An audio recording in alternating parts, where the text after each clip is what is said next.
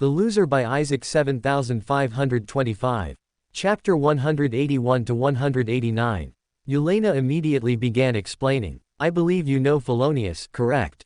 Quote. Emperor Katsuki nodded. Briefly. He's closer to Kale than anyone else I know. She continued. Well, Felonius harbors among the only humans in the Indian Empire, a human named Charlie. Originally, he couldn't eat our food, but after months of genetic processes and stimulation, he's now able to safely consume our food. Hearing this, Emperor Katsuki's eyes widened. What are you proposing? Yelena smiled, a twitching smile that carried a small wave of uncertainty.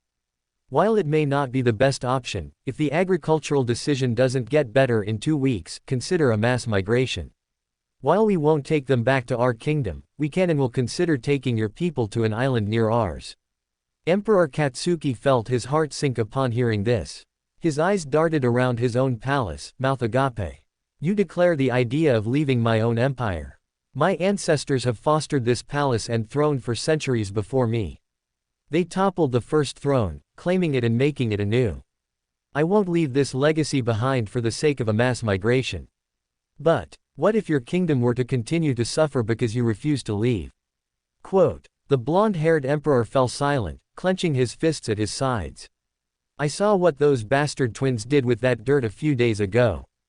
Perhaps, what if you were to modify your own food to an extent to help us? Quote. That would take a long time. A sudden surge of orange-red flames exploded from Emperor Katsuki's fists, forcing Yelena into a corner. He walked forward, his voice a low growl. You will work on it, and you will perfect it. All right. Yelena swallowed audibly, nodding frantically.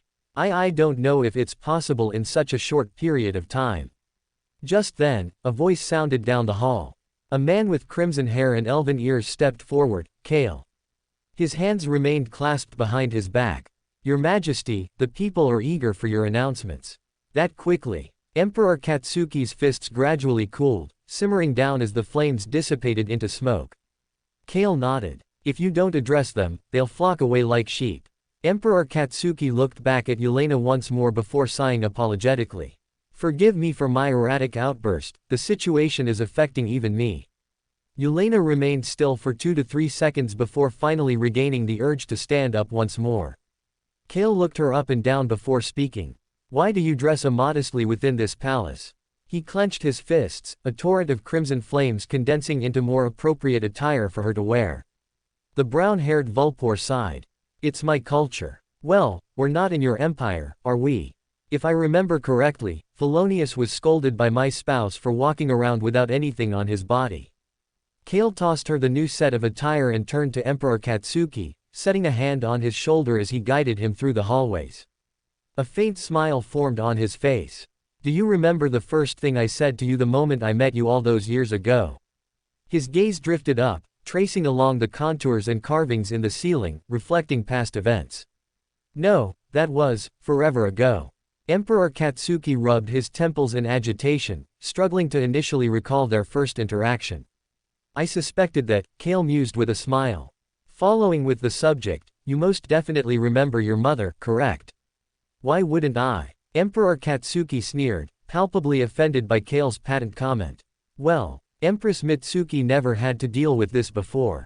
She always kept everything stable under her boots, dealing with those who opposed her, listening to her people, maintaining the pillars of being a leader. Of course, you were only in Order 9, a weakling, when you came here with her in Izuku.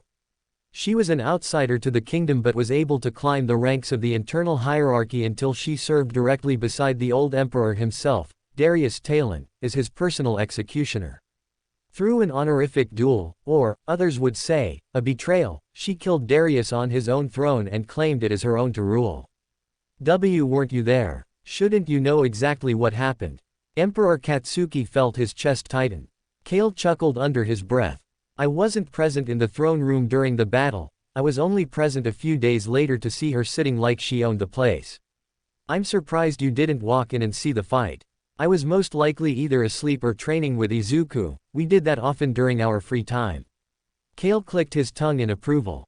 Emperor Katsuki looked down at the floor before asking, what's this have to do with anything?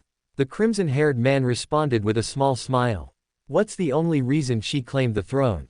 The emperor thought for a moment before replying. She won the duel with Darius. Why do you think she battled him? Quote, for power, freedom, the will to make her own choices. Kale hummed in agreement. If you were in a similar situation, would you have fought that battle? Quote, if I knew I could achieve great things, I would have taken that risk.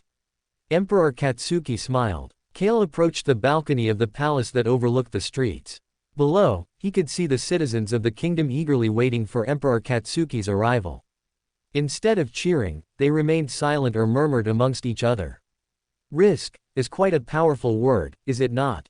Throwing away the unknowable odds for a goal you desire. His hands coiled around the iron railings as he looked back to Emperor Katsuki, smiling. What would Mitsuki do in this situation? Quote, Emperor Katsuku felt his breath hitch in his chest. He slowly approached the balcony, clearing his throat. One of the abilities of the barbarian pathway was known as command, which leveraged a natural increase in vocal range and volume. Using this, he needed no audio devices to increase the range of his voice. My loyal subjects, I hold you in a favor akin to the most sincere levels of my heart. As you well know, we're facing an economic. At that moment, Emperor Katsuki felt a rotten piece of fruit collide with the center of his face. It was a piece of squash that could be found in the market. He wiped himself off, feeling the habitual, instinctual urge to yell, but he restrained himself and cleared his throat. I heavily advise refraining from throwing your food, you're wasting what you have to ration. Ration. A sharp voice cut through the crowd below, catching both Kale and Emperor Katsuki's attention. Are you saying this will happen for longer than we can anticipate? A sudden wave of loud murmurs and concerned glances washed over the crowd like a tidal wave. Emperor Katsuki suddenly materialized a scepter of energy that took a solid form, banging it twice against the balcony. The sound reverberated and echoed loudly, catching everyone's attention. I have a plan, one that shall have your stomachs full. Everyone in the crowd fell silent, eager to hear the emperor's words. Emperor Katsuki cleared his throat. No less than 3 days ago, my inner circle dispatched countless professionals in countless fields to Seraphis Kingdom. They'll give frequent updates and help us in a matter of days with the food. Days. What about now? Emperor Katsuki looked down at the crowd, sighing softly. He reached into the pocket of his robe, taking out a bottle of the greenish-blue liquid with black specks inside it. Everyone in the crowd watched in silence. This is a serum these professionals concocted. If I can remember correctly, it can enhance biological processes and can make food better to eat. In an instant, everyone in the crowd flared up, gathering and huddling together as their voices raised. Emperor Katsuki was initially overwhelmed by the crowd, but he collected himself and kept speaking. Starting today, every day at 2 past dawn, you shall line up outside the palace with your sparing food, and I shall grow it with this serum. No mouth shall be left unfed, no meal untended to. For the first time in a long time, he heard the people of the empire cheering. In his private quarters, Emperor Katsuki changed back into his black and orange armor, the door locked behind him. He looked up at the ceiling, where a mural of his mother and him could be seen. The blonde-haired woman with fiery crimson eyes sat on her throne, a confident smile on her face. He saw himself standing by the throne. He was wearing more noble attire, an outfit he shivered upon seeing. He remembered the struggle of Kale forcing it onto him.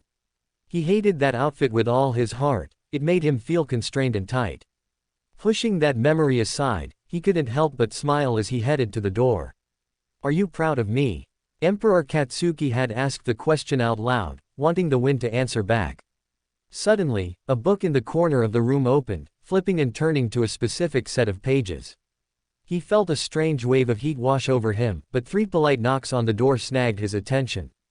Behind the door, he heard Kale's voice.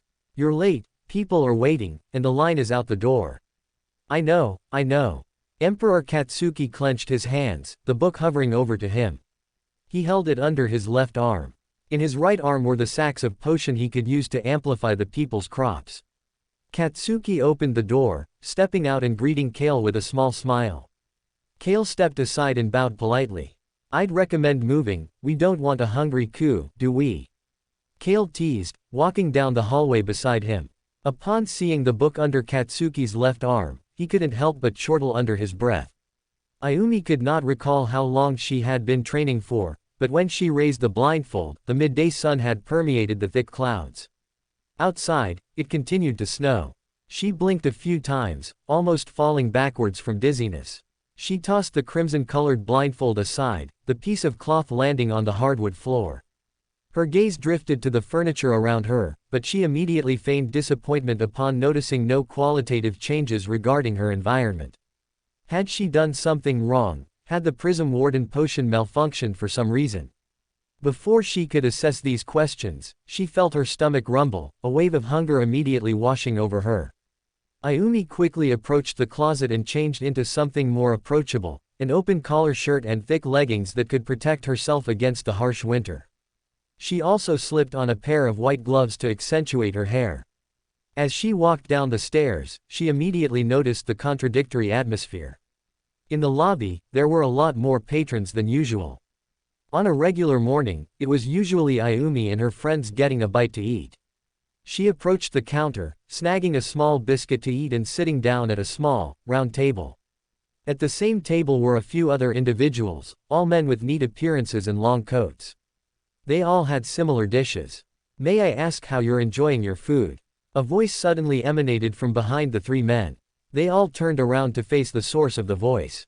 It was a boy who looked about 8 or 9 years old. He was clad in servant's attire and held a plate with small pastries to refill on the counter. The three men sitting in front of Ayumi all had similar reactions, acknowledging the taste, consistency, and texture of the meals they had been given for breakfast. Hearing this, the young servant smiled and nodded in response. Before he left, Ayumi suddenly stood up and approached the waiter, tapping him on the shoulder. "May I ask where the servant Wilfred is?" The servant turned around to face her, the young boy's expression quickly turning complex. "I'm afraid he quit a few weeks ago." "What?" Hearing this, Ayumi's eyes widened. He nodded. Wilfred left servanthood about 3 weeks ago on behalf of his higher-up. Higher-up? Ayumi fell silent, contemplating and reminiscing on his words for a few moments. She suddenly remembered a critical detail she had learned upon first coming to the apartment. Raymond was Wilfred's higher-up, he owned the entire apartment. After bidding the servant farewell, she made her way down the hallway, turning down through corridors and making her way to the owner's private quarters. Ayumi took a moment to collect herself, taking a deep breath as she steeled herself to knock on the door. Before she could, a gentle voice sounded behind it. "Enter, please." Ayumi watched as the door opened inwards. The office was a small room with a singular chair and desk. On the desk were a few memorabilia items she didn't recognize. "I didn't know Raymond liked bugs." Ayumi internally shivered upon seeing a multicolored bug exoskeleton preserved inside a wooden box sitting on the desk. The person behind the counter was a woman. She had brown hair and brown eyes. Within her hair were 2 fox-like ears and a bushy tail. "Raymond, the previous owner?" she inquired. "Wait, he left too. Who are you exactly?" Ayumi's brows furrowed in palpable confusion. She stood up, adjusting her cravat in a professional manner before looking at Ayumi, extending her hand. "My name is Parola, agent of the Indian Empire, commissioned to help out with things around here." Ayumi hesitantly shook her hand, noticing how her hands looked more like paws. Pleasure." Following that, Parola sat back down and smiled. "I'm guessing you came here looking for Raymond. You mentioned his name the moment you came here." "Correct." Ayumi adjusted her collar and continued. "Why'd he quit?" "I don't know exactly." Parola shrugged her shoulders. Following that, she dug into the pocket of her shirt and took out an iron cigar case, lighting a pipe which she held in her other hand. The Vulpor blew into the tube, before puffing out a small, viscous trail of black smoke into the air. "When I asked about getting a job here, they simply shrugged and led me to the office. Of course, I had to exemplify that I met all conditions to get the job to begin with. So, Raymond left without explanation. From what I know, most likely. Do you know anything regarding his current whereabouts?" Ayumi asked. Parola nodded. "Yes. When I received the job here, he had left a note on the desk. On the note, he told me his address in case any issues arose, and he even left me a small complimentary snack." Ayumi felt a surge of curiosity. "Do you still have the note?" Parola knelt down, opening the drawer of the desk and taking out a neatly folded piece of paper. She handed it to Ayumi with a smile. Ayumi thanked her as she took it, before opening it up and reading the contents inside. Raymond lives in the rich part of town. It's expected from the owner of an apartment complex, Perola said with a subtle smirk. Knock, knock, knock. Ayumi knocked 3 times in succession. When she had approached the gate, their servant had let her in without question, a detail she found strange to an extent. She waited in the cold for another minute before the doorknob clicked, followed by it opening inwards. She was a woman, her hair tousled into an extravagant bun above her head. Her face was heavy with makeup and adorned with sharp features. Additionally, an inhuman amount of blush coated her pale white cheeks. Clad in a fur-collared pelisse, Madame Fitzgerald smiled at the visitor. "Hello, dear." Ayumi habitually bowed to the madam, smiling softly. "Hello, Madame Fitzgerald." Madame Fitzgerald suddenly chuckled, waving her hand dismissively. "There's no need for that, dear. I'm not royalty." "Well, I thought you'd like that." Before Madame Fitzgerald could speak once more, another figure came into view. It was a young boy about 8 or 9 years of age. His eyes and hair were a deep brown, and he wore a casual expression. When he caught sight of Ayumi, his lips twitched into a smile. "Hey Ayumi." Seeing this boy, Ayumi's eyes widened. It was Wilfred. The boy looked entirely different from their last encounter. His eye bags were gone and he wore much more fitting attire. Wilfred. "I almost didn't recognize you there." The young boy blushed, chuckling sheepishly as he rubbed the back of his neck. "Since I quit my job, I've seen myself improve these past few weeks." "And you're also talking with more people, I hope." Wilfred nodded. "My mother would often have the servants walk me through town, letting me congregate as I pleased. She'd also arrange cordial visits with other established families in this city." Ayumi felt her chest warm upon hearing of Wilfred's improved situation. "That's good to hear." She stepped into the manor, brushing her boots against the carpet to remove any residual snow. "Though, I came here to ask about Raymond. He disappeared and someone else took his position as owner of his apartment." Madame Fitzgerald sighed heavily, taking out her pocket fan to wave in front of her face. "I'm afraid Raymond departed from this house entirely. While I was sad to see him leave, he is a responsible young man with a fitting career and possesses a good future. He just left, just like that." Ayumi snapped her fingers to exemplify her statement. The women with extravagant makeup nodded. "He said he'd either move to the Adligan territories or somewhere else.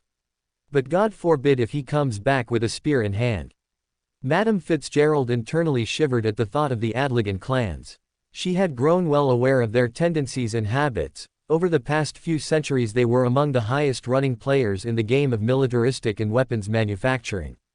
If someone as sophisticated as Raymond were to stop by, the possibility of him turning violent and chaotic was one the madam had considered countless times. "Good fortune to my brother, he had taught me all the skills I needed to live in life before he left us. Though, my brother Bertram continues to act weird overall." Following the blood moon, Isaac had filled her in regarding Isaiah Walls's actions regarding the lobotomies and surgical operations. Upon remembering the cause of Bertram's abnormalities, she shivered and brushed the subject off her shoulders. "Do you know the woman running the apartment now? She had ears and a tail and everything." Madame Fitzgerald suddenly froze, her eyes widening. She dropped her fan to the floor, the metallic object hitting the marble floor with a dull clatter. "Darling, repeat their appearance for me." Ayumi nodded, though she was slightly taken aback by the madam's sudden change in emotion. "She had fluffy ears and a tail. A vulpor." Madame Fitzgerald mumbled under her breath, her gaze falling to the floor. "Mother, are you all right?" Wilfred approached his mother, tugging at the hem of her small dress. "A tailback took my son's position." The extravagant woman suddenly looked up, her emerald eyes ablaze with solemn fury. Ayumi took a step back. Is that a problem?" Without saying anything else, Madame Fitzgerald stormed forward, opening the doors leading into her courtyard. She made her way to the portion of the garden filled with stone statues of numerous figures. With an abrupt shove, she suddenly pushed a stone statue of a cat to the ground, the polished and exuberant piece of architecture scattering in countless large fragments across the garden. "Mother!" Wilfred bolted into the garden, running up to his mother. Unexpectedly, Madame Fitzgerald turned around, shoving the boy back into the snow. "Shit!" Ayumi's instincts moved into overtime as she moved forward, grabbing hold of Wilfred and helping him up. Madame Fitzgerald, in a sudden, instinctual fit of rage, let out an almost human shriek of rage as she brought her palm down to Ayumi. The girl closed her eyes, holding Wilfred tight. They suddenly heard the sound of energy condensing around them. When Ayumi opened her eyes, she caught sight of what had happened. A prism made of orange and yellow light had formed around her and Wilfred, shielding them from the women's mad assault. Outside this illusory barrier, Madame Fitzgerald continued to pound down onto the shield, growing and making noises like a wild animal. What's happening? Wilfred gasped, both horrified and entranced by the surroundings. Is this the Prism Warden abilities mentioned? Ayumi thought to herself. At that moment, Ayumi extended her palm, letting out a burst of radiant light that blinded Madame Fitzgerald, sending the latter stumbling back and falling into the snow, clutching her eyes and writhing around. Mother. Wilfred trembled violently, but he refused to move from his spot. Ayumi looked to the door, where a servant could be seen, watching the entire ordeal with a horrified look. Contact the pollinators. Now. Welcome to Fanfic Audiobook, your go-to place for immersive audiobooks. If you enjoy the content, don't forget to like the video and subscribe to our channel for more amazing stories. And please support the author by link in description. After receiving direct confirmation that Mr. Ryujin had been dropped off at the apartment, Shinso and Losalzo finally left the room. They walked into the dimly lit hallways, the faintly glowing candles casting entangled shadows off the stone walls of the manor. In the dim lighting, the portraits of various scenes and people couldn't help but appear all the more eerie. Shinso internally shivered, looking to the black-haired Vulpor beside him. While waiting for their reply, he and Losalzo had remained alone in the room for an unknown amount of time, but neither had launched an attack on the other. Losalzo even let him keep the sword of judgment on the terms that he wouldn't harm him. At that moment, countless thoughts echoed within Shinso's mind. Losalzo had confirmed that Isaac was indeed alive, but the boy's appearance was borderline unrecognizable aside from his face. His hair had darkened and grown longer, and his clothing made him look more like a farmer than a city-goer. Shinso silently clenched his fists and suppressed a cough, finally speaking up in a bid to slice the silence of their walk. Will I ever get to see him again? Shinso had known Losalzo would have been monitoring his actions the past few minutes, silently scanning him for any traces of betrayal or disdain. Utilizing this information, he deduced Losalzo would know exactly who he was talking about. The black-haired Vulpor's tail twitched behind him, silently coiling around his inner leg like it had a mind of its own. With time you will. At this moment, preventing cataclysmic effects is our goal. Although Shinso simply nodded in response to his words, he still feigned palpable disappointment. May I ask where we're going? Shinso made a bid to change the subject, inquiring on their current trajectory. The head of it all. From our intelligence, Francis and Fatima have already ventured to the agricultural district, presented their technology and formulas, and have begun collaboration in regards to the current situation. Shinso couldn't help but chuckle dryly, swinging a foot out. I thought they'd be kicked out. Isn't Seraphis Kingdom a highly conservative place, not really liking Vulpors like you? Losalzo bit his lip with his two fangs, his eyes narrowing into contemplative slits. He thought back to the reactions the border garrisons had given him and his friends as they entered the kingdom, noticing their sharp eyes and permeating glares. Huns Lati, I'm just coloring ourselves lucky we didn't stumble into somewhere like Lohang. That village quite literally tossed Vulpors out. Damn, Shinso gawked, trying to hide his subtle amusement with the situation. Losalzo suddenly placed his warm, paw-like hand on the back of Shinso's neck, guiding him forward. Anyways, we can take a carriage there. By the heavens. Half of the agricultural district was already gawking at the duo as the potion began its processes on a spare piece of fruit. An apple, once a grain-sized seed, had grown to the size of a watermelon in under 5 minutes. Francis grabbed the large piece of fruit as Fatima reached into her dress pocket, taking out an animal skin covering for her neckline. She wrapped it around herself and sat down at the nearest bench, gesturing for utensils. We'll need to conduct a quality test before this. That way, we can ensure it's safe to eat. As a few workers disappeared into other rooms to search for the required items, the blonde-haired man working within the building scoffed lightly.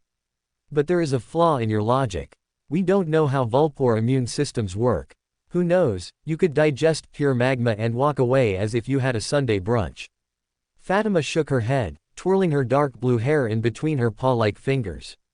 One of Emperor Katsuki's servants, Demetrius, has lived and worked in the palace for as long as he can remember. When we came here and got situated, Demetrius, while giving us tea, recalled a time he attended a ball. There were lush, leafy salads, hearty meats, and the finest, most succulent wine the tongue could touch. Unfortunately, after sampling some with his fellow servants, he rushed away to the bathroom and threw up violently. Emperor Katsuki was repulsed by both his smell and his stained attire, but the other emperor was concerned about what happened. When asked, Demetrius told him about the food poisoning, and a quality inspection was enacted shortly after this. Francis chuckled. While everyone was pretty in a twist for having to leave so quickly, they did find mold in some of the beef that had been eaten. How long ago was this? The blond man asked, crossing his arms. From what Demetrius told us, approximately about a year or two ago, before the current situation. The front doors of the agricultural district head building suddenly opened, and Losalzo, clad in formal black attire, alongside Shinso, entered the room, approaching the two Vulpers and the blond man. Seeing the duo, Losalzo flaunted a small grin and growled. Have they been giving you trouble, sir? He turned to the blond man, asking a question. The blond man gulped, running a hand through his hair. A small sheen of sweat coated his now crimson face. His voice carried a subtle tremble as he replied. None at all, sir. Without waiting for a reply, he continued speaking. How may I address you? Mr. Losalzo, a worker from the Indian Empire, commissioned by an advisor of Emperor Katsuki himself to help around here. He nodded in response, shaking his hand. It's great to have you here. Seeing the peculiar change in reaction, Shinso raised an eyebrow. He didn't look too friendly when we entered the room. Why's he all giddy now? Losalzo looked down at Shinso, chuckling deeply. Maybe it's my grandeur, or everyone here lacks balls. After all, I am a towering Vulpor, and I don't look like I'd attend a banquet. Losalzo suddenly cleared his throat, speaking in a more formal manner. We're here to discuss the current implications of this crisis, so if you would lead the way to somewhere more confidential. He nodded. You may address me as Harry. Harry left the room, with Shinso and Losalzo trailing behind him. They navigated a few chambers and tunnels within the agricultural building. On either end of the hallways, Shinso and Losalzo would often see lush botanical gardens, the glass often dripping with condensation and humidity. Shinso felt his face heat a little as he naturally unbuttoned the first few buttons of his shirt. Noticing this, the blond man sighed with amusement. I take it that the temperature here isn't that enjoyable. Shinso nodded. Indeed. Well, the plants need it to flourish and survive. It's Mother Nature's bidding after all. They walked in silence for a few more moments before stopping in front of a wooden door. Harry pushed it open and stepped inside. Losalzo's eyes widened upon seeing the interior of the room. The circumference of the room was decked head to toe in plants, lush bushes, and colorful flowers. A small stone fountain was positioned in the center of the room, and numerous wooden tables were scattered leisurely across the garden-like expanse. We usually use this as a game room, but it's often closed on holy days such as this, Harry explained as he stepped into the room, looking back at them once more. Shinso and Losalzo stepped into the room, looking around at everything present. Shinso habitually flinched the moment a small cardinal landed on his shoulder. You have birds in here. Harry nodded. We call this game room the Oasis. Ah. Shinso nodded, clicking his tongue deprecatingly. The trio got themselves situated on a bench overlooking a small man-made pond in the corner of the garden. Inside the dark blue, murky depths of the water, Shinso watched as countless small fishes swam around, either remaining within eyeshot or fleeing to darker corners of the enclosure. The edges of Losalzo's lips twitched, a sliver of drool escaping his mouth. No, you can't eat them. Harry sat down across from them, the only thing separating them being a wooden table. He reached into his pocket, taking out a deck of playing cards and laying them out. Mind if I fancy a game? There's no need for that. Before Shinso could finish his sentence, Losalzo slammed both hands on the table as he smiled. I'd love that. Everyone fell silent, palpably taken aback by the Vulper's eccentric eagerness. After a moment, Harry laughed and adjusted his collar, spreading the cards out whilst shuffling them, before giving one half to Losalzo. Now, about this crisis, what do you need information on? Pretty much everything, Shinso replied as he crossed his arms, his voice taking a matter-of-fact tone. Right. Harry cleared his throat as he mentally began to recall countless details. The crisis stemmed from an unknown cause from what we could gather. Elaborate. Lo Salzo immediately stopped shuffling his deck, shooting the blonde-haired man a skeptical look. Harry nodded. This crisis stems from about a month back. When we were analyzing a bustle of vegetables coming from border-residing farmers, we found the vegetables to contain strange qualities. Strange qualities? What exactly was wrong with them? Shinso asked. They were hollow on the inside, except for an eerie red-colored powder and darkened seeds. For reference, Harry extended his palm, emerald-colored light diffusing into the shape of 2 seeds. One of them was brown-colored, while another was a deep shade of black. These were the samples harvested from our markets. One, as you see, looks normal, while the other doesn't. And before you say it would be a defect with this one seed, this is the case with the entire batch. What exactly makes you think the seeds are not safe to plant? Lo Salzo questioned. Although he now knew the state of the vegetables in terms of interior materials, a strange crimson-colored powder, he still held suspicions on the probability of these issues bubbling if they were to grow during another season. Harry replied with an ambiguous expression. We acted rationally, sending these strange samples over to the pollinators for inspection, but we never received a reply from them on this matter. They haven't even paid us a visit. Really? I thought Humphrey would know details regarding this matter. Shinso tensed a little. We can only assume 2 things. Either they did and they're so engulfed in research to receive a reply, or... Crimson blood gushed from Harry's throat as Lo Salzo's claws dug deep into the tender, thin skin. The Vulper's claws dug deeper, locating the man's windpipe and crushing it in between his tender, furry fingers. Shinso watched, pale and unable to move. He looked at Lo Salzo, sputtering. What? Why? Lo Salzo, on the other hand, looked different. His eyes, previously a black color, were now crimson red. The Vulpor spoke slowly as he watched the man bleed out, crimson blood pooling into the small pond behind him.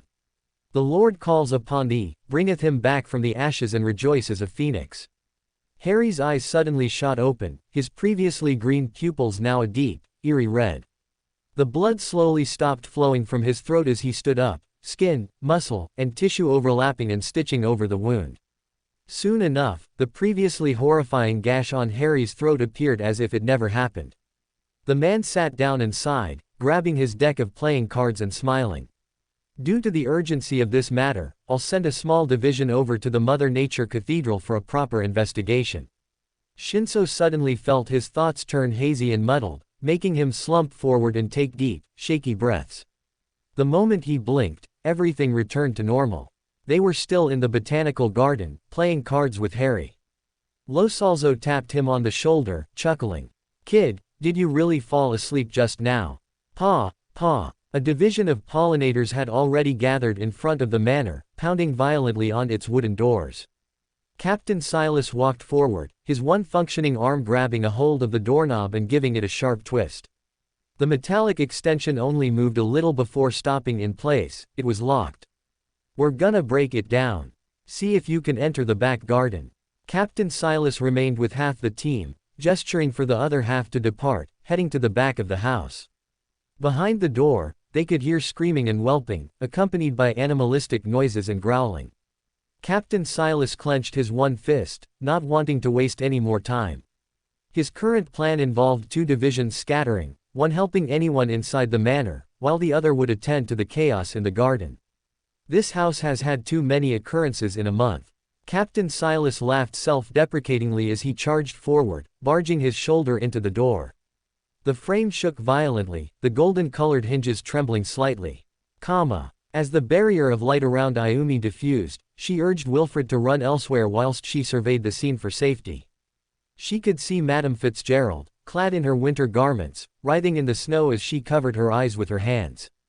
The woman before her had been acting calm and rational just moments ago. Why is she now exhibiting traits such as these? Before she could answer her own questions, Madame Fitzgerald suddenly shot up, her eyes scanning the garden around her.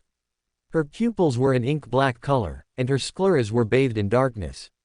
To anyone who would see her, the madam looked like she was possessed by a demon. A rivulet of foam, puffy and laced with some blood, drooled from her mouth. Ayumi tensed the moment Madame Fitzgerald's gaze fell onto the fleeing Wilfred. Judging by how erratic she was moving, she was prompted to attack at any moment. Without wasting a moment, Ayumi darted forward, channeling a burst of light that hit the woman right in the eyes. Recalling information from Raymond during the Blood Moon, light was the antithesis of darkness. Light could cast out demons and devils. Right now, she was facing a woman who was both mad and possessed by something. She didn't know when the pollinators would arrive, but she knew one thing was abundantly clear: this was her fight. As Wilfred finally disappeared, Ayumi let out a quick sigh of relief and continued her assault on the madam.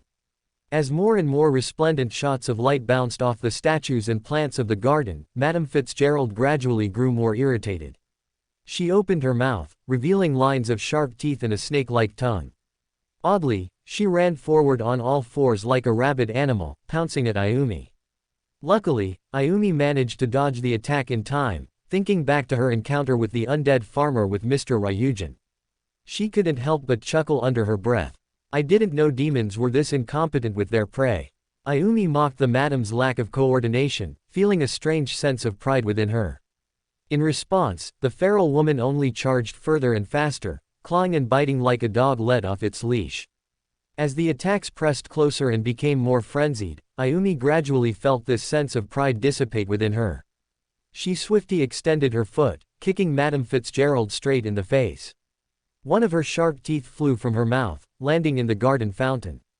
This attack sent her sputtering back, blood now oozing from the gap in her gums. Madame Fitzgerald let out a strange, inhuman shriek as she ran forward even faster, leaping up into the air. Before she could make contact with Ayumi, vines suddenly extended from the ground, ensnaring her and pulling her down. A pollinator leapt down from a tree, her fists glowing with green energy that concentrated through the vines. She looked at Ayumi, nodding. Move, this area is dangerous. But I'm a pollinator too, I can and will help. She contemplated for a few moments before sighing softly. It was the captain's orders to evacuate everyone present. Really? Ayumi looked down at Madame Fitzgerald, watching the woman writhe and groan in her restraints.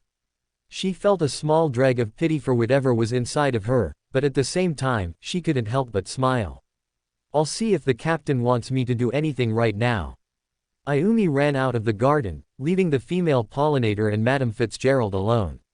Ayumi ran to the front doors from which she heard pounding behind, yanking them open. The moment she did so, a large wooden object slammed into her chest, knocking her back onto the marble floor. Ayumi let out a low, breathless cry. Oh my God! Jasmine, Captain Silas's wife, ran forward with concern and helped Ayumi up. She immediately looked to Silas, shouting angrily. Watch where you're using that thing. Captain Silas looked back at the countless pollinators operating the battering ram, their faces laced with confusion. Are your minds made of straw or something? Jasmine immediately looked to the scene in the botanical garden, nodding. You held her off long enough for us to apprehend her, good job. In a slightly reluctant gesture, Jasmine extended her palm, prompting Ayumi to give her a high five. This isn't the first time something's happened here, but I'll fill you in later. Jasmine ran into the garden alongside Captain Silas and other pollinators. Madame Fitzgerald, now ensnared with tight vines, was restrained to a tree in the garden. She was sound asleep, as a small flower beside her emitted a calming pheromone in the form of an anesthetic purple gas. Countless pollinators surveyed the garden, flipping over rocks, looking around trees and within the fountain for clues. Jasmine, clad in white and green attire clandestine for their ranks, turned to Ayumi. A few weeks ago, there was a Treembrus incident with a servant here. Treembrus. What's that? A deadly yet rare creature. It often takes the form of a female to lure men, but it can take and utilize one's deepest, more depraved desires and manifest them, inducing dreams and coma-like states to anyone who dares to cross its path. What happened to it? Ayumi felt her body tense up. It's dismembered back at the cathedral, undergoing surgical operations for scientific purposes. A male pollinator suddenly reached arm deep into the fountain, taking out a small white object. It was pointed on the end and dripping wet, a tooth. Everyone turned to look at him. He set it on the ground and knelt down. This looks like one of her teeth. He recalled the countless similarities between the teeth in Madame Fitzgerald's mouth and the singular tooth on the ground. The air around the tooth felt slightly cold and clammy, making anyone who went near it shiver a little. A trail of goosebumps slithered up Ayumi's spine as she stepped forward, kneeling before the tooth. Back away, it could be dangerous. Captain Silas approached the tooth, picking it up and rolling it in between his fingers. Ayumi ignored the words, turning to Jasmine. We can use it to figure out what happened. We should send a faction back to the cathedral and see what they can do with it. Upon hearing her words, everyone seemed to unanimously agree. Captain Silas moved to the door leading to the garden, gesturing for his main platoon to follow him. This may take a short while. After all, we're also undergoing processes with the Archbishop's election. Ayumi nodded, looking back at the rest of those standing in the garden. She stepped forward, approaching Jasmine. What now? Before she could reply, a sharp scream from the fountain snagged her attention. Everyone turned to look at the spot, noticing its vacancy. The only thing present there aside from the fountain was something sticking up from the stone ground. It was a hand, a human hand. What the hell? Before one of them could finish, they were suddenly dragged underground, their sharp scream abruptly silencing. Run! Jasmine shoved Ayumi forward, the action speaking louder than any number of words. Get out of here! Ayumi called, running from the garden. She was about to approach the door when she heard a voice behind her. Will my mother be safe? Ayumi spun around to see Wilfred standing there, eyes filled with uncertainty. He was clutching a small music box to his chest, its surface adorned with colorful gemstones and intricate engravings. Ayumi paused, her breath nearly sucking from her chest as more and more pollinators were abruptly sucked underground. Get out of here. It's dangerous. Ayumu took a hold of Wilfred's hand, pulling him out of the manor. She felt a sudden, hard pull downwards, making her stumble back and land on the marble floor. She didn't feel Wilfred under her, she only felt the pressing of his fingers against her lower back. They were cold, ashen, colored, and slowly fading away. No, no, no. Ayumi rolled over, tears forming in the corners of her eyes as she cast a beam of light at Wilfred's hand, hoping to help it in any way. Instead of supplying a positive reaction, the hand only feebly twitched, before quickly crumbling into pieces of charred stone. Before Ayumi could even comprehend what happened, Jasmine sharply pulled her back out of the manor before she too was pulled under. She moved with a limp, which made Ayumi question why and look down. Jasmine now only had one leg, she had cut one off to survive. Why your leg? Ayumi cried out as Jasmine collapsed into the snow, rolling onto her back and taking deep breaths. Ayumi looked back to the manor, noticing how quiet and vacant it was. In her hands, she had managed to grab what remained of Wilfred, even if it was enough to fill a small vial. You can burn my skin to cauterize the wound. Jasmine sputtered out. Oh okay, I will. She breathlessly replied as she began to move, light emitting from her hands as she began to gradually seal the wound. Above her, snow began to slowly fall from the cloud-covered sky, just like the warm, salty tears that streamed down her face. Only one singular thought raced in her mind. It was her fault. She did this. She had killed Wilfred. We should have all escaped. What happened? Jasmine, now barely conscious, began to question herself and the peculiarities around her. Ayumi couldn't respond, only continuing the healing process. When me and Kale arrived back at Clifton, the entire village seemed to be engulfed in a blanket of unease. Everyone in the town either looked scared or saddened, looking to the forest. Some of them held long, metallic fork-like objects, while others had already lit torches, holding them in their hands as they made their way to the edge of the forest. Kale extended an arm, silently signaling them to stop walking. He asked, arching an eyebrow.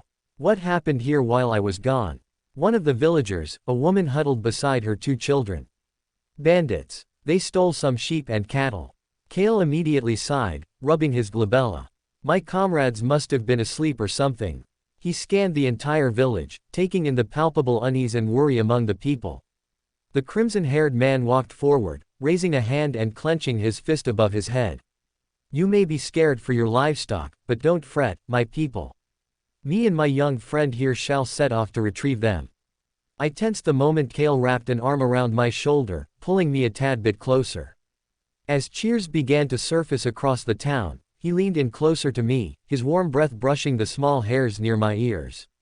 You want to help them, right? Yeah, I do, I replied, a small smile forming on my face. Hearing my reply, Kale smirked and turned around, hands clasped behind his back as he addressed the village once more. May I ask where they went? Any ideas among you? East. You can see the tracks of their horses. A village man pointed to the snow-covered road. On the ground, one could see countless circular-shaped horse tracks. There were more than one pair, indicating this raid was conducted by countless people utilizing countless horses. Kale turned back to them, gazing down at the horse tracks in the snow. He clicked his tongue and smiled. There we go. Taking my arm, Kale began to walk forward, slowly following the tracks down the road.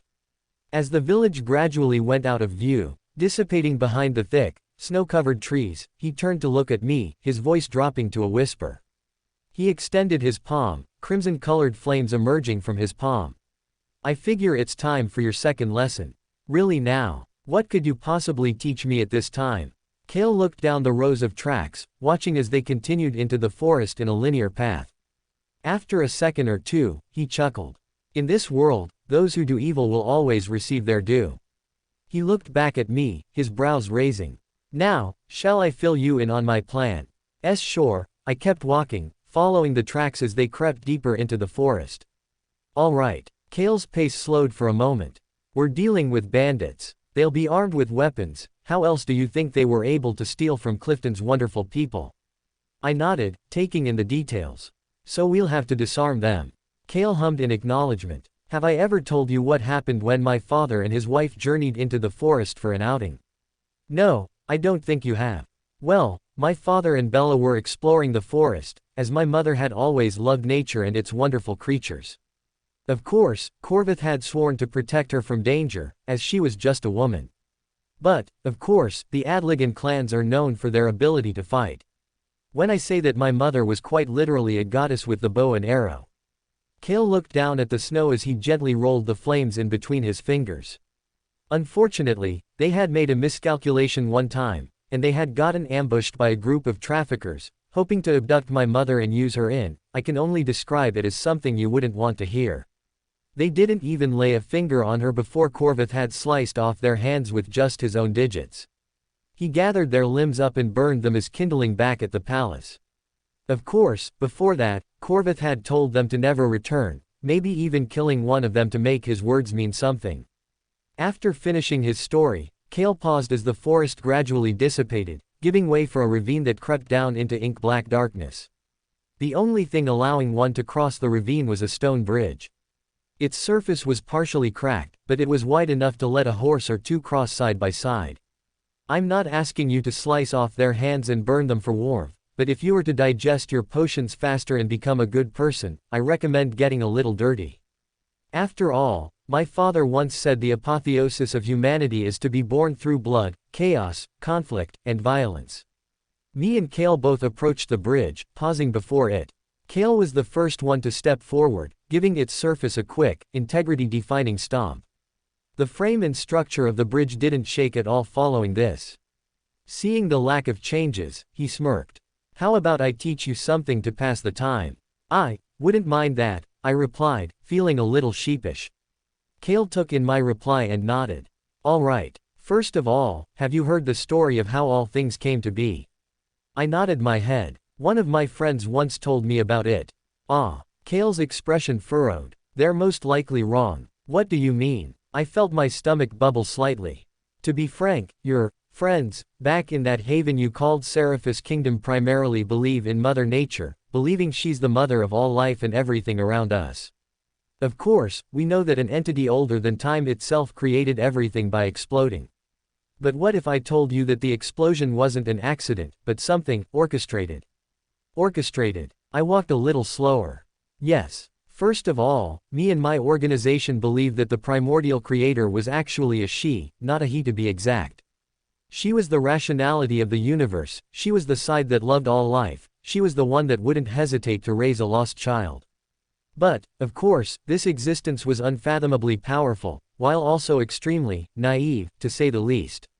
Kale waved his hands, causing a sheepskin to appear before me, surrounded by crimson flames. On the paper, I could see an enigmatic figure sketched out. She had long, multi-colored hair, seemingly of every color the human eye could see. One of her eyes was the sun, the other the moon. The freckles on her face were the stars, and her body seemed to contain the entirety of civilization. When there's a sister, there's also a brother. A brother, who could that be? Countless guesses had already begun to surface in my mind. Why, we like to call him the antithesis of creation. Where she shone her light, he reflected his own darkness. When she nurtured and birthed new stars and planets, he would rip them from their orbits and clench them between his unfathomably large hands. Another figure appeared on the sheepskin sheet. The figure's form wasn't properly defined. It was all black in color, and had two beaming crimson eyes. On its face was an unfathomably large smile, and in its large, clawed hands were countless plants being torn to shreds and stars becoming supernovas. Is this the other figure you mentioned, the brother? I looked up at Kale.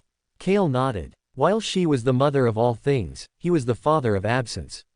According to myth, after creation was born, he was cast away into the abyss, an endless, scorching sea of unfathomable darkness at the edge of the universe itself. Though, even while sealed he still caused chaos. As chaos is eternal, it can't truly die. Another shape appeared on the sheepskin. It depicted countless winged entities plummeting from the sky, all hideous and horrifying in shape. Above them, standing on the clouds, was a woman with a body made of stone. Her eyes were made of radiant gemstones, and her hair was composed of vines, branches, and foliage. Legend says there was an unfathomable war lost to history. Mother Nature cast the demons and devils, alongside their ruler, into the abyss. Was their ruler, the brother? Wasn't he sealed earlier? Kale clicked his tongue. Across history he had countless agents of chaos, horsemen is the proper term. One symbolized conquest, the next symbolized war, the other famine, and the eldest is death. Even to this day, we prophesize an event, something that would happen at this very moment. Due to the death of the primordial mother, the abyss could have undergone strange changes, it's weakening to this day. One day, maybe even now, the brother shall break free from his prison, and bring an end to all things, not out of spite for creation, but because we simply believe it's inevitable. All things live, and all things die and perish, falling back into his arms. Hearing this, I fell silent. You said this is just a myth, correct? I gazed at the sheepskin paper floating before me, engulfed in red flames. Kale nodded. It could be true, it could be a legend used to keep children in their beds at night, but one thing is for sure, truth is only available to those powerful enough to seek it out. Mr. Ryugen's eyes slowly opened, adjusting to the faint lights of Olivia's apartment room. The first thing he immediately felt was the warm rag that had been applied to his forehead, absorbing his sweat and the faint traces of blood that had emerged from scars left untreated across his face and cheeks. Upon seeing him slowly regain consciousness, Olivia took a step back, giving the horned man space. I tried to tend to your wounds as best as I could. The medical technology back here isn't that great, but it's better than something that could spread a plague if left untreated. Mr. Ryugen slowly sat up, rubbing his temples with his fingers. He slowly scanned the dimly lit room before groaning softly and lying back down. He had been stripped of his casual attire and was now wearing something softer. Any idea on what happened to me? Olivia shook her head. I went outside to cool down a little, but I saw you slumped on the steps of the apartment like a drunkard, so I immediately went to treat you. Hearing this, Mr. Ryugen sighed with palpable annoyance. Great, I can't remember crap about what happened. I'm disoriented and confused, and I can hardly move without feeling like I'll break into pieces. You won't need to. The last major thing you did was watch Damien and tend to Ayumi, correct? He could only faintly recall that day, but he nodded upon acknowledging that it did, in fact, happen. Yes, luckily Damien's such a cutie, he can be a bit bratty. Just then, Olivia fell silent, looking to the floor. Her grayish-blue eyes softened slightly as she frowned. Being a nurse, I've seen all sorts of things. I'm not just helping out wounds or stitching up stuff. I've seen children, teenagers, even grown adults who are mentally broken, scared, and exhausted beyond belief. She walked over to the kitchenette in the corner, opening the overhead cabinets to look for ingredients to brew herself some tea. The night that Isaac was shot, it was difficult for us all. You remember it, right? Why wouldn't I? Mr. Ryugen spoke with a matter-of-fact tone. Well, a few years into my career, I once had a patient. He was a young boy, about 10 or 11 years old. I can't remember what he looked like at all. It must have been the rush to save his life. However, I recall what was said in the ambulance as we worked frantically to get him to the hospital. We don't know what exactly happened to him, but he fell off the roof of a building. And by some strange miracle, he survived. However, he had shattered a rib or two and suffered internal bleeding in his brain. It was quite difficult to get him back on his feet, as he now needed crutches to walk. Olivia suddenly chuckled dryly as she recalled the memory in more depth. He was also incredibly stubborn. Hell, he wanted to start walking mere minutes after he woke up. He still had the oxygen mask on, IV in his arm, and everything. A small smile formed on Olivia's face. The boy's quirk allowed him to light his own body on fire, and his temperament surely told us that. The moment he snapped awake, we all panicked the moment he erupted all orange and yellow. What's this have to do with anything? Mr. Ryugen's head began to spin a little, making him groan softly and lean back in his chair. Olivia walked over, now carrying 2 cups of tea. We'll figure out what happened to you. We've already found ourselves in countless places already. Now, it's best you take it easy. You've endured blunt trauma to your head after all. She brought the mug to her lips and sighed. Everyone has strength inside them, even if others can't see it. I see the burdens you carry. I see what you've endured. It's trauma that needs acknowledgement. I know you're plagued by your inability to save Isaac, but the boy is strong enough to know when he's not able to kick the bucket just yet. Mr. Ryugen suddenly fell silent, grabbing the mug from the tray. He brought it to his lips, quivering slightly as he took a sip. After a moment, his trembling hands set the cup down. His lips parted, and the words passed them slowly, as if hesitant to come out. When I first met the boy, he told me how bad his life was. So, I told him to jot his thoughts down. It's therapeutic to see what you have after a few weeks. It's like a blueprint of your own mindscape. I can tell he's been improving these past few weeks, maybe even the past month and a half we've been here.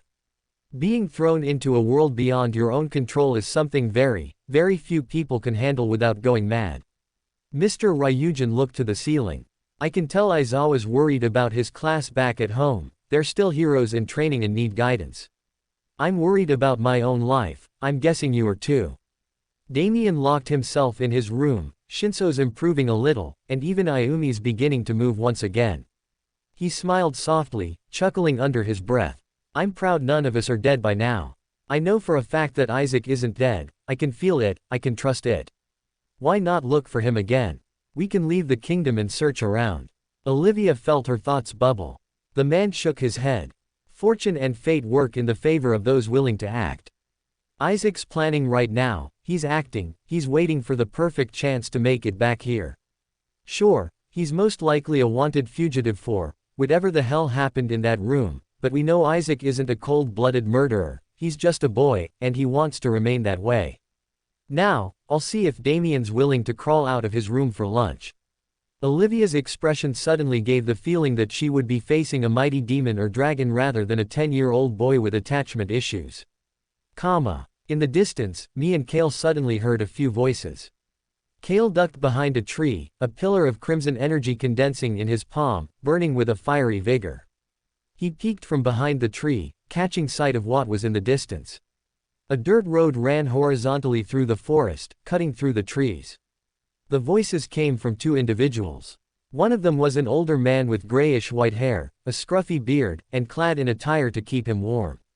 His hands were nestled in his pockets as he walked on the road. The other person beside him was another man, about as old as he was. He had strangely chiseled features, a gaunt jawline, and deep brown eyes. They both had large bags slouched over their shoulders. The bags writhed slightly and moved and jolted erratically. Upon seeing this, Kale's expression furrowed. Are they who we're looking for? I gazed at the duo in the distance. We were following horse tracks until now. If those were the bandits mentioned back in Clifton, they'd have their horses with them. After all, shouldn't a group like this not work alone? I felt a little proud saying that, feeling like I was taking the lead in this operation. Hearing my reply, Kale clicked his tongue. Sometimes, unpredictability is one's biggest asset.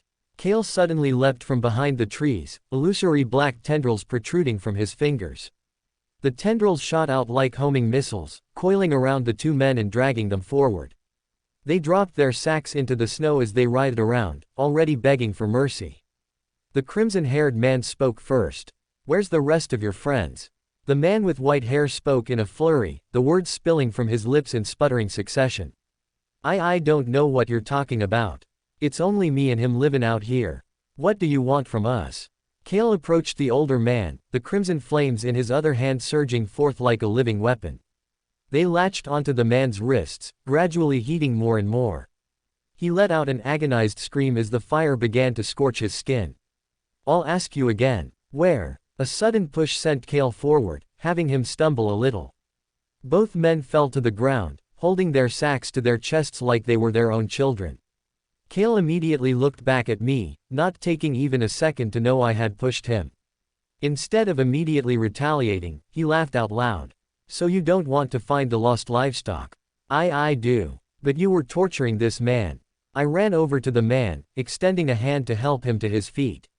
He thanked me, bones creaking as he leaned back against a tree.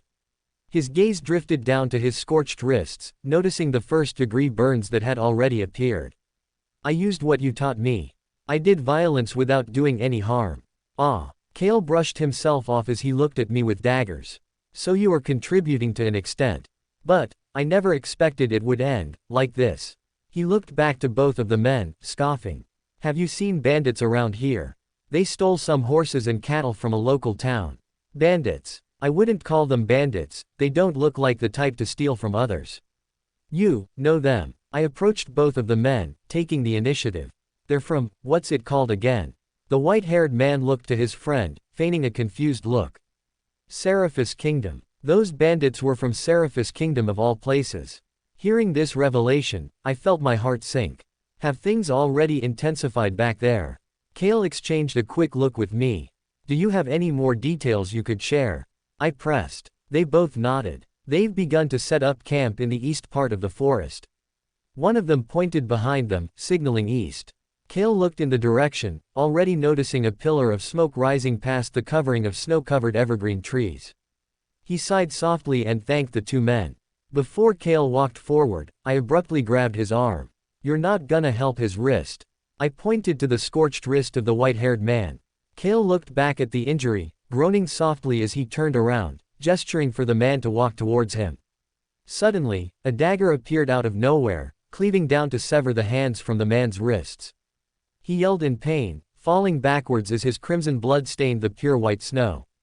The injury was beyond repair, I'm afraid. I looked away, a wave of nausea crashing over me as blood spurted from the open wounds. The other man reached into his sack, taking out a large amount of gauze to tend to the injury. Ye bastard. What the hell was that? His head exploded like a watermelon, sending blood and brain matter across the pale white forest. I could only watch as this happened. Kale surprisingly took a step back, raising both of his hands. That wasn't me, but cutting off his hands was. I don't care what the hell that was. I reached up to slap Kale across the face. Why the hell did you cut his hands off? Those injuries were able to be tended to. Kale didn't immediately reply, falling silent. He looked at the headless body and the man without wrists. His face had gone pale, and he was sweating profusely. He had fallen unconscious from the blood loss. I rushed over, closing my eyes tightly as I grabbed the gauze used to tend the wounds. I continued working on the bloodied stubs until the blood had stopped seeping from the injuries. "We're taking him back to Clifton whether you like it or not." I felt my hands trembling violently, an unnatural, yet welcoming surge of anger filling my body head to toe. "You've hurt too many people." Kale remained in that state where he didn't say a thing for another minute or two, watching as I slumped the man over my shoulders. His body was cold and limp, yet I could tell my body heat was doing a decent job at keeping him warm. "All right, let's get the livestock back, shall we?" Kale stuttered, stepping back and turning around. I immediately took notice of how Kale was acting now. He wasn't his usual, sarcastic, stern self.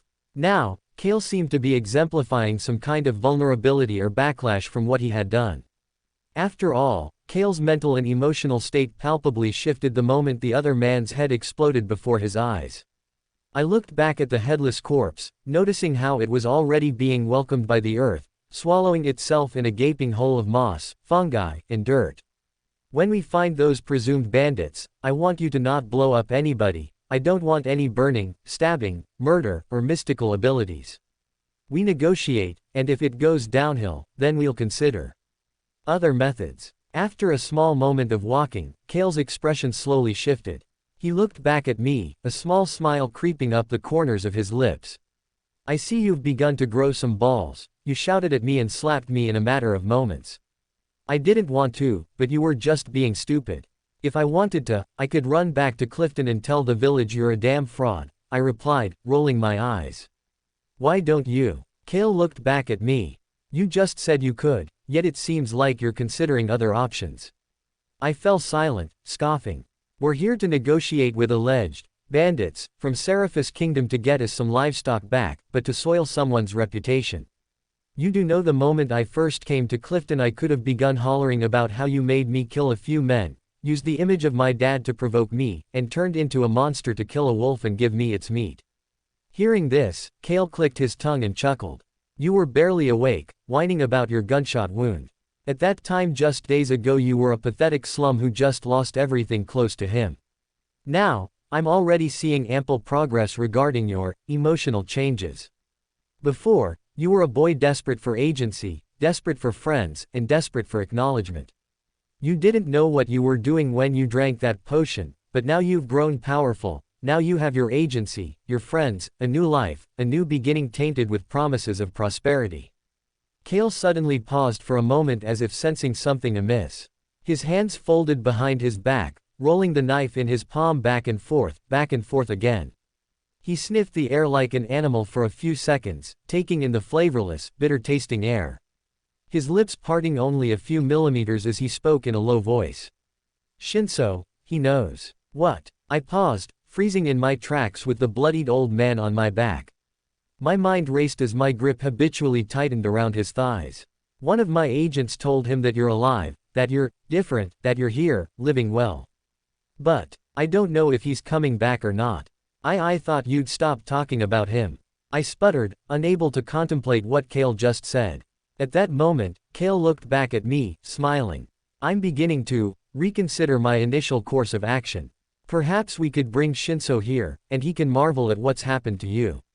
After all, you're stronger, you're better now, you're more deserving of his affection. What about the rest of my friends? The crimson-haired man sighed softly, his smile twitching.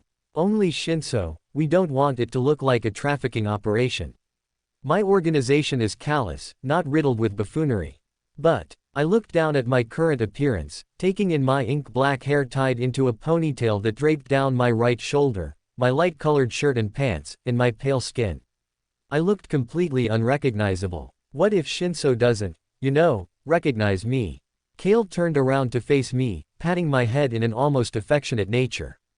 A person isn't dictated by appearance, but by what's inside them. Shinso will know exactly who you are the moment he sees you again. He stepped forward. Though, your eyes look a little different than when I first saw them.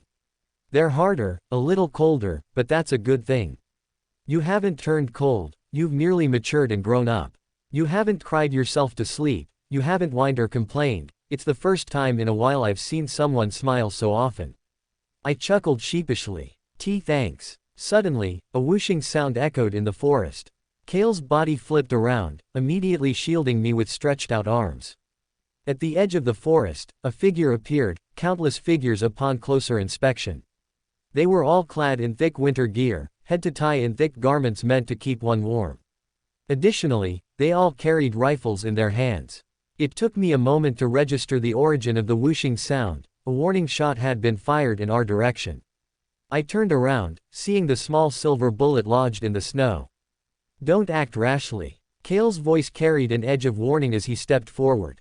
Just then, he glanced in my direction. You wanted to talk, so I insist you speak. I'll cover you if it goes adrift. I acknowledged his words, sighing shakily as I stepped forward. My hands trembled slightly as I made my way forward.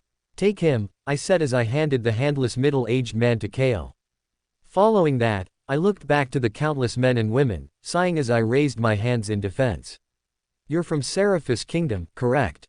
One of the people, a man with long brown hair and a chiseled jawline, nodded as he walked forward.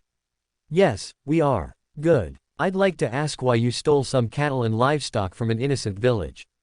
The man suddenly raised his gun, fingers twitching over the trigger. The end of the gun was pointed directly to the center of my forehead. We're starving back home, and we're not gonna let a couple of fannies take our food away. The markets are almost empty back home and we couldn't bear it. I looked back at Kale. Isn't your organization working on the issue? I purposefully projected the question so everyone could hear it, hoping it would enable a reaction from the Seraphis raiders. Kale nodded as he said with much confidence. Yes, you will all reap benefits from the Abenvale Syndicate. As we speak here, my agents have already landed in the kingdom, working feverishly to improve the crops and the issue around them. The issue? The long-haired man stammered, lowering his rifle slightly. This famine came out of nowhere. It did now. I inquired. What else do you know? That's all we know, the famine came out of nowhere. In and out of the kingdom, quiet chaos sprang and ran amok. Hearing his words, Kale's expression slowly shifted. His lips parted slightly, words slowly flowing out. How long did it take for your group to notice everything happening in the kingdom and fleeing in desperation? The man with long hair responded. Only after breakfast, lunch, and supper became breakfast and supper. A meal cut is a meal lost, a stomach left empty for a longer period of time. Kale made a PFFT sound with his lips, stuffing his hands in his pockets as he scoffed lightly. Skipping a midday lunch is nothing too serious, it appears you might as well be overreacting to an extent. Suddenly, a voice emanated from the crowd, accompanied by another figure. She was a woman with medium-length red hair, deep eyes, and clad in farmer's attire. In her hands, she held an infant wrapped in loose and shabby gingham cloth. My little one needs nutrients, don't you see that? She held the baby up to Kale, allowing him to get a clear look at the features it bore. The baby's skin was much paler than what one would usually see from an infant, a pale color almost reminiscent of the icy white snow which they were standing on. Dark circles framed the baby's eyes like macabre frames, a telltale sign of either its exhaustion or lack of sleep up until that moment. I fell silent as I observed the state of the infant, a small pit forming in my stomach. Without thinking much, I stepped forward and slowly took the baby from the woman's arms. Now, me and Kale both held an individual in our arms. My gaze drifted up to the red-haired woman, noticing her hesitant expression. Seeing it, I smiled softly to silently reassure her I posed no threat to the life in my arms. We can help you get the food you want. I turned to look at Kale. But my friend here insists you return the cattle and livestock you stole. Are you siding with them now by letting them keep what they stole? Kale spat, palpably taken aback. I shook my head, sighing under my breath. I wouldn't just betray you like that, you know that damn well. We can just bring them back to Clifton and the people wouldn't think twice before helping them. Kale slowly extended a hand, placing it on my shoulder. These people stole their livestock, if we were to bring them back to them, violence would ensue in less than a coin flip. What exactly makes you think that? You've shown me time and time again how kind the people of this village can be, how kind they are in general. I objected, my grip habitually tightening around the infant. At the same time, I slowly patted it on the back with light, almost maternal taps.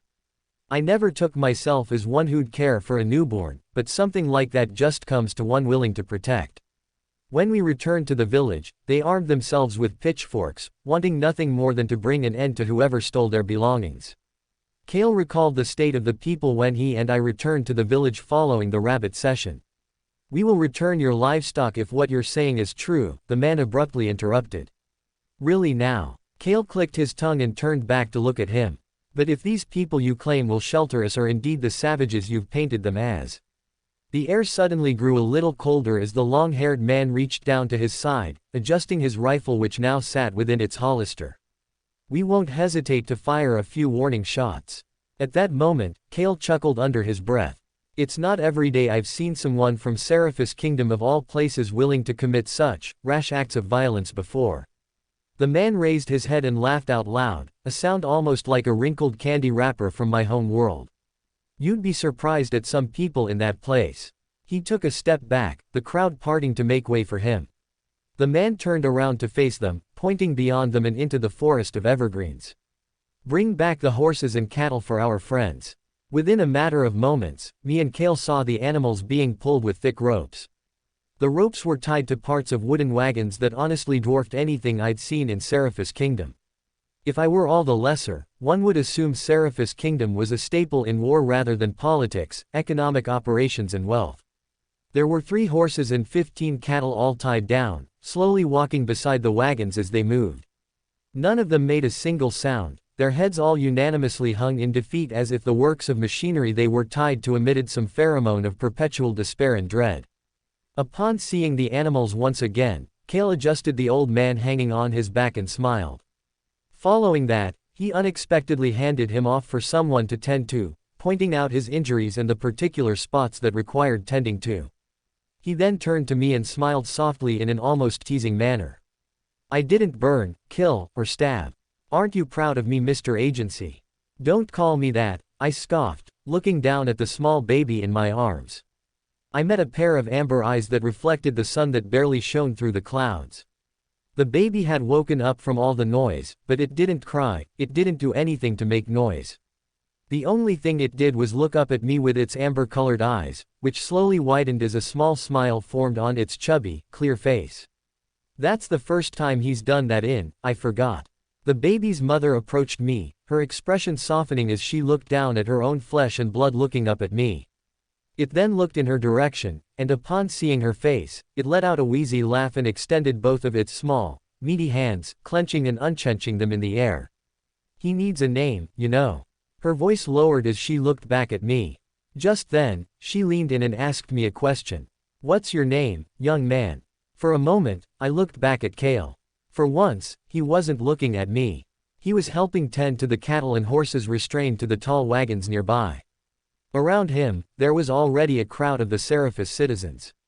My lips twitched up as I replied with a smile. My name's Isaac, Isaac. Isaac, she looked down at her baby. Maybe that's his new name, yeah. Hearing the proposition, I felt my face heat a lot. My breath hitched and I didn't know what to say for a few seconds. No one's ever named anything after me, I replied, feeling a little giddy. Well, there's a first time for everything, isn't there? I cleared my throat, taking a clear-cut approach to the interaction. What's your name? Elizabeth. Well, Elizabeth, it's nice to meet you. I slowly extended my hand, offering for her to shake it. My other hand tightened around her son's small form wrapped in the blanket. Elizabeth's smile widened as she took my hand, shaking it without an ounce of hesitance. You're very well-mannered for someone living in the country of all places. I'm, actually from Seraphis Kingdom. Elizabeth's eyes widened as she stepped back. Your attire. I looked down at my dirty and neutral-colored garments. I know. I had to move out of the kingdom for different reasons, which is why I was unaware of what was exactly happening back home and how extreme everything got. She nodded. We all have a reason for our actions. Anyways, your friend seems to be very sociable. Elizabeth's gaze drifted to Kale, who had already begun small talk amongst the people of her group. She remained in this state of observation for a moment or two before speaking once more. He even managed to break Paxton's defenses. Paxton, I inquired. He tried to kill you back there with those bullets. Damien must be possessed by something, the kid ate what I gave him in just a few minutes.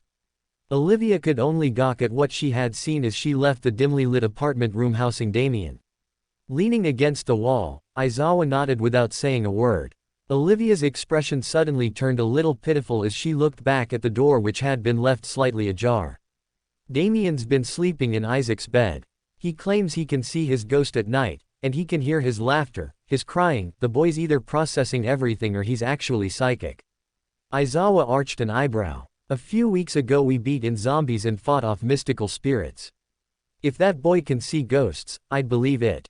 I mean, didn't he come from the asylum downtown? Olivia's tone lowered as she asked the question, suspecting the topic of Damien's previous homestead would trigger an unwanted reaction from the young boy. Isaac sat in there for like a week, and nothing happened to him aside from getting a new friend. And from what I could tell, that demon maggot disease he contracted from that Treembrus thingy either naturally spat itself out or him getting a new pair of wings removed it entirely. Well, Damien can't rot in his room forever. Due to Mr. Ryugen's current state, I'll have Catherine and Carter watch over him. Aizawa didn't object, only moving down the hallway. Before he could enter his room, he paused and looked back. Have you seen Shinso or Ayumi anywhere? Olivia, who was about to enter Damien's room, froze and looked at Aizawa. No, I haven't. You don't assume they're in danger, right? Aizawa took a deep breath and began moving down the hallway, walking past Olivia and approaching the stairs. I've worked with students for as long as I can remember, I know damn well when something's happening to one of them. Before he left, Aizawa told Olivia one more thing. Ask Damien about what he's been seeing about Isaac. The door opened inwards with a creak as Olivia poked her head in, gazing around. Even if she had just left, she had to carefully survey the area, something she'd habitually acquired from her work in the medical field. Whether a surgical wing, a room filled with patents, or other situations, she always made sure to keep this detail in check. Within the dimly lit space, Olivia immediately noted the obvious lump in the blankets on Isaac's bed. Under the blankets, a small form was faintly outlined, revealing a youthful face, rough and messy hair, and loose clothing. What do you want? Damien pouted, his voice carrying a faint amount of tremble. Olivia immediately noted this tremble, mentally documenting possibilities on his emotional state. It's just me, Olivia. Hearing the familiar voice, Damien slowly lifted the blankets and peeked out with his snow-white eyes. They bore their usual dark circles and almost ghastly look to them, but something within them etched a narrative with complexity beyond even Olivia's scope of comprehension. After a second or two of tense silence between them, Damien raised his head and begrudgingly shrugged the blankets off. He was wearing a loose yet comfortable set of pajamas in a light color. His brows furrowed as he looked to the empty plate sitting on the nightstand beside Isaac's bed, sighing. Thanks for the lunch. Olivia only smiled in response. She then slowly approached the bed and sat down beside Damien. Her hands habitually curled and uncurled around empty matter. Her bottom lip twitched, and she could only breathe using her nose. Upon noticing her peculiar state, Damien's expression softened. Are you all right, Ms. Olivia? Instead of immediately answering the question, Olivia pursed her lips and said. I was told you can see and hear things, Isaac's ghost in particular. Damien nodded, wiping his eyes with his sleeves that were too big for his hands to entirely slip through. I see his ghost. It looks different than how he looked the last time I saw him. He looks different. Olivia looked towards Damien, eyes widening a little. His hair is longer, tied into a ponytail that falls flat. He wears different clothing, he talks differently, it's like looking at a stranger, not Isaac. Hearing these words, Olivia slowly extended a hand, placing it on top of Damien's loose pajama sleeve. She clenched the fabric lightly as she spoke up once again, her voice soft and lacking any previous tremble. How are you sure it's Isaac? From your description, his hair, his clothes, and even his diction are different from the boy we know. The white-haired boy remained silent for a moment before replying. Because I just know he's Isaac. He talks about us, he says he misses us, but... Damien's words trailed off, the boy falling into an abrupt silence. His small hands clenched into fists as his jaw tightened like a spring on the verge of uncoiling and shooting off the nearest wall. He gets hurt for missing us. Someone, I just know it's someone, they'd beat him up, slap him, burn him, for saying that he misses us. Isaac wants to go back, he always hopes to see us again, but the person I can't see always says to forget about us, to forget our memories and throw us away like we're trash. He's also being called Silas, this strange name that I guess he now calls himself. Silas. Olivia repeated the name under her breath, feeling it on her tongue. Damien nodded his head. Isaac's trapped somewhere and he's scared he'll never get free. Both of them didn't say a word for a few seconds, the only thing constant besides such silence was Olivia's hand atop Damien's loose sleeve. Olivia had seen things like this before. As if on cue, she found her thoughts drifting back to a time when she had found someone with a similar experience. You see, what, now? Olivia stifled an almost amused chuckle as she looked at the boy before her. He was a boy with curly red hair, freckles, and clad in a light blue hospital gown. At first glance, he looked like a normal boy, but the only thing setting him apart from being normal was the pair of crutches sitting on the nearest chair to his body, crutches that belonged to him. The boy clenched his fists, shaking them with excitement as he, in an almost giddy manner. My daddy, my mommy, I see them both. Hearing this response, Olivia initially didn't know how to respond. Her hands clenched around her mug of hot coffee, bringing the dark brown liquid to her lips and sipping as she listened to the young boy's prattle. When I wake up, they encourage me to walk and talk and keep going. They help me get breakfast, they help me get dressed by picking out my clothes. At this moment, Olivia couldn't help but half listen. She found her own gaze drifting to the other end of the room, where an elderly woman with a cane could be seen in the doorway. Behind her pair of thin, round glasses, Olivia could clearly see the fear and uncertainty in his expression. The woman held her cane with twitching, bony hands. Olivia suddenly extended a hand, signaling the boy to stop. Instead of immediately standing up, she smiled and pushed a sheet of lined paper towards the boy. Reiko, what you've told me is very interesting. Now, while I talk to your grandmother, would you mind writing down everything you've heard from your parents, alongside when you first began to see them? The red-haired boy nodded, already beginning his frantic scribbling with a half-chewed yellow pencil that lacked an eraser. While the young boy wrote away in the corner, Olivia slowly stood up and walked to the elderly woman in the far corner of the room, her smile vanishing from her face. I'm worried about him. Reiko's grandmother nodded her head, coughing lightly. Half of the time I find that he doesn't even want to speak with me. He prefers to shut himself in his room, either drawing with crayons or talking with his parents. Olivia nodded, mentally noting the facts on her imaginary clipboard. She bit her lower lip and replied with a sigh. I'm all for imagination and all, but this isn't healthy, nor is it a normal circumstance. I know that house fire traumatized him, but if he's making mental images of people who are dead, it'll do more harm than good. What if it's demons? The grandmother asked, her voice trembling. I've heard stories of demons who lurk on people's desires and fears, and a manjaku, an awful, awful creature that could be snaring my grandson. I wouldn't say I'm one to believe in the supernatural, but beliefs are beliefs. If it isn't a manjaku thingy, it's neglected emotions and stress. When a kid is really stressed, they'll make imaginary friends to give them that comfort that they're lacking in the real world. Olivia walked over to her desk, reaching into a drawer and taking out a pamphlet.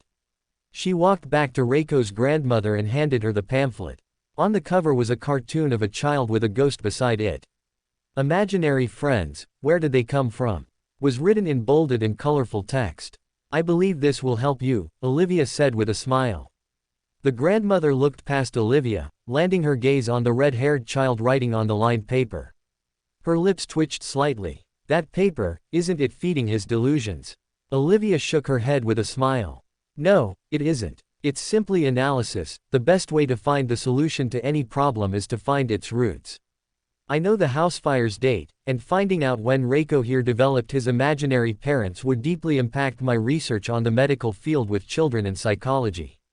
Ah, Ms. Olivia, I'm done. Olivia turned back around and walked over to the table, sitting down across from Reiko as she took the piece of paper from him. She put on a pair of reading glasses, pushing them up the bridge of her nose as she began to read what Reiko had written down. At first, she could barely translate the barely legible scribbles and miscellaneous doodles decorating the border of the paper. But eventually, with Reiko's help, and occasional rereads of certain excerpts, she was able to decrypt the entire psychological analysis. So approximately 3 months ago, Mommy and Daddy came back into your life. Reiko nodded with some excitement, rocking back and forth in his chair like a child who had too much sugar. Yep, they tapped me awake and wished me good morning after my grandmother fell ill one night. And according to your little message, they help you with homework, sing you to sleep, and lock you in the closet. Olivia felt her heart drop to her toes as she read that phrase again. At first, she thought nothing of it, but now, she was all the more worried and terrified. Reiko bobbed his head. When I'm too noisy or mean, in their words, they take me to the closet and lock me in there for 20 minutes. One time, they forgot where the key was, and I was trapped in there for 5 hours without food or water. And Olivia tried to muster the courage to keep going. She took a deep breath, maintaining her professional and friendly persona with Herculean effort. What happened after you were set free from the closet? Reiko's expression wavered as he pulled up his sleeve, running his dirty, untrimmed nails along his pale skin. Each run up and down created pink-colored strips of puffy flesh. They told me to never be loud again in the house, as I'd wake up Grandma while she slept. Olivia looked up at the grandmother in the corner of the room, slowly shaking her head. For more thrilling fanfiction stories like this, check out my channel Fanfic Audiobook. Dive into epic adventures, mysterious realms, and legendary journeys brought to life through immersive storytelling. Don't forget to like, share, and subscribe for more amazing audiobooks.